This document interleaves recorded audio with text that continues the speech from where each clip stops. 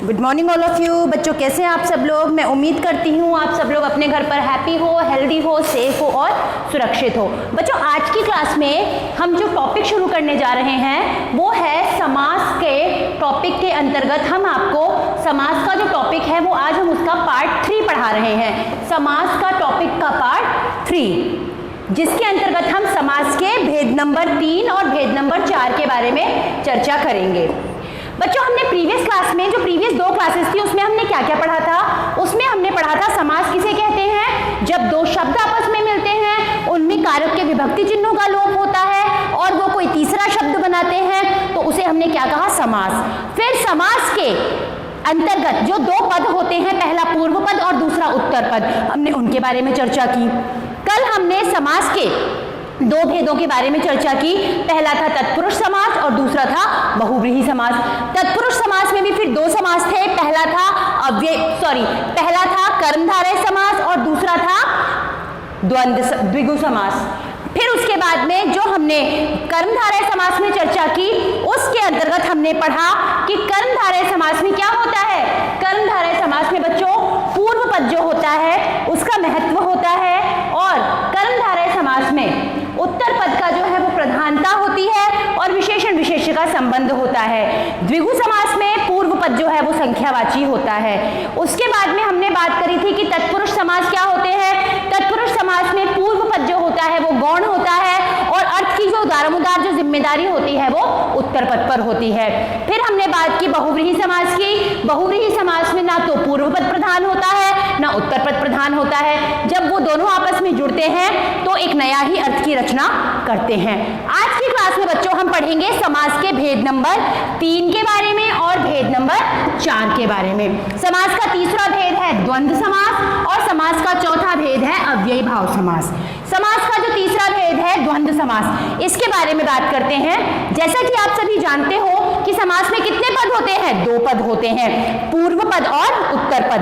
पहले वाले पद को हम पूर्व पद कहते हैं और बाद वाले पद को हम उत्तर पद कहते हैं। द्वंद्व समास के अंतर्गत जो विशेषताएं होती हैं इसकी वो देखते हैं। द्वंद्व समास में दोनों ही पद प्रधान होते हैं, यानी उत्तर पद भी उतना ही इंपॉर्टेंट होता है जितना कि पूर्व पद, यानी वहां पर दोनों ही पद प्रधान होते हैं।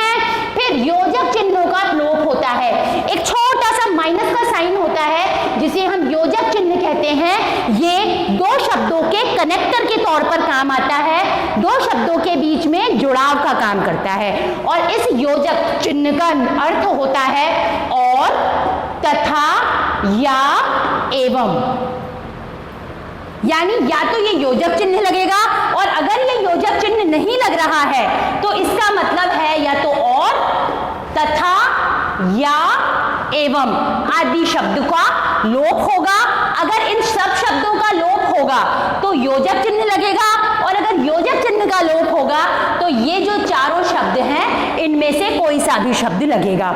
जरा हम एग्जाम्पल्स को देखते हैं। माता योजक चिन्ह पिता, पाप योजक चिन्ह पुण्य, दिन योजक चिन्ह रात। ऐसे ही बहुत सारे शब्द हैं बच्चों। अच्छा योजक चिन्ह बुरा, मतलब बहुत सारे इन शब्द हैं। जरा अब हम इन शब्दों के बीच में जो ये योजक चिन्ह है इनको हटाएं। माता और पिता, माता तथा पिता, माता या पिता, माता एवं पिता। आपने देखा यहां पर किसका लोप हो रहा है, या तो योजक चिन्हों का लोप हो रहा है तो इनमें से कोई शब्द आ रहा है और अगर इन शब्दों में से किसी का लोप हो रहा है तो योजक चिन्ह लगाया जा रहा है। इसके बाद में बच्चों हम बात करते हैं अव्यय भाव समास की।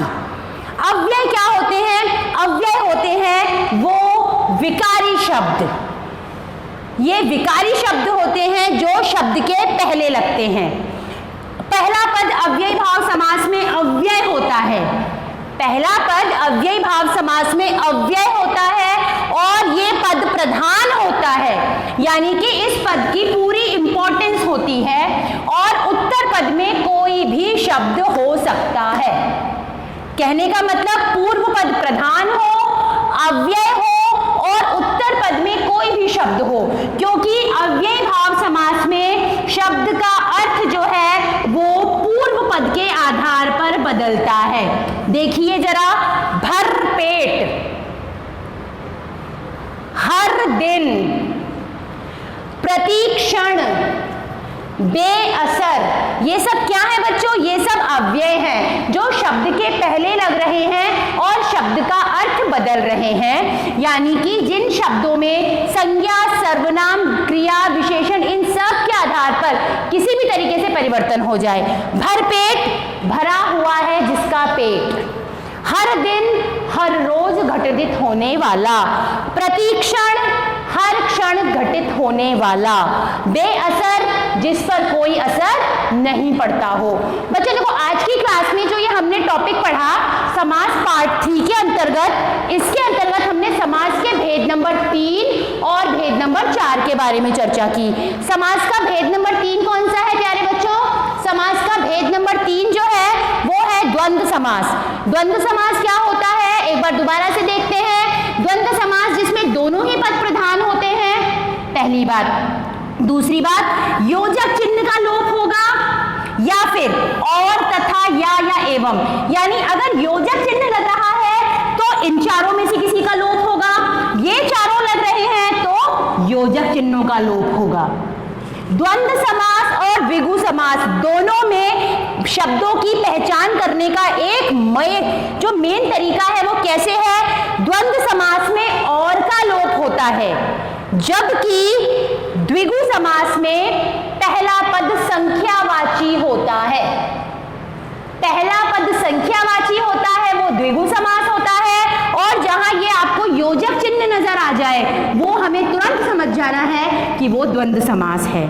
और जब द्वंद्व समास की हमने बात की तो देखिए, माता योजक चिन्ह पिता, दिन योजक चिन्ह रात, पाप योजक चिन्ह पुण्य।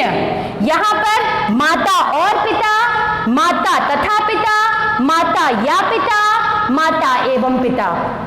दिन और रात, दिन एवं रात, दिन तथा रात, दिन या रात। पाप और पुण्य, पाप तथा पुण्य, पाप या पुण्य। तो बच्चों आपने देखा कि जो द्वंद्व समास है इसमें दोनों भी पद प्रधान हो गए, योजक चिन्हों का प्रयोग हो गया, और अगर योजक चिन्हों का प्रयोग नहीं हुआ तो और तथा या का प्रयोग, या और एवं इत्यादि का प्रयोग हुआ। यानी इन दोनों में से अगर योजक चिन्ह लगेगा तो ये चीजें हट जाएंगी, और अगर और तथा या एवं का प्रयोग होगा तो योजक चिन्ह हट जाएगा। फिर हमने यहाँ पर इनके शब्दों को देखा। ये शब्द बेटा हमारी रेगुलर रूटीन लाइफ में हम कई बार बार यूज करते हैं। फिर हम बात कर रहे हैं अव्ययी भाव समास की, जिसमें पूर्व पद अव्यय होता है। इन अव्ययों के आधार पर ही पूरे शब्द का अर्थ निर्भर होता है। पूर्व पद ही प्रधान होता है और उत्तर पद में कोई भी शब्द हो सकता है जिसका अर्थ परिवर्तित करना है। तो बच्चों देखा आपने, हमने आज की क्लास में इन दो समासों के बारे में चर्चा की। इससे पिछली वाली क्लास में भी हमने दो समासों के भेद और प्रभेद पढ़े थे, और इस प्रकार से हमने आज की क्लास में समास का टॉपिक कंप्लीट कर लिया है। और मैं ये उम्मीद कर रही हूँ मेरे प्यारे बच्चों कि आपको जो मैं ये टॉपिक्स कंप्लीट करवा रही हूँ, जो ये टॉपिक्स मैं आपको एक्सप्लेन कर रही हूँ, शायद ये आपको अच्छी तरीके से समझ में आ रहे होंगे। ये टॉपिक्स की मदद के लिए बच्चों मैं आपको यूट्यूब के लिंक शेयर कर रही हूँ, साथ ही साथ में आपको अपनी बुक में भी ये टॉपिक्स और अच्छी तरीके से पढ़ने को मिल जाएंगे। और बच्चों कहा जाता है ना, करत करत अभ्यास के जड़मति होत सुजान, रसरी आवत जात है सिल पर पड़त निशान। यानी आप जितनी मेहनत करोगे, जितना अच्छी तरीके से पढ़ोगे और जितनी प्रैक्टिस करोगे, आपको ये टॉपिक्स उतनी ही आसानी से, उतनी ही बढ़िया तरीके से समझ में आएंगे। तो मैं उम्मीद करती हूँ प्यारे बच्चों कि आज की क्लास में पढ़ाया हुआ ये जो टॉपिक है ये आपको समझ में आया होगा।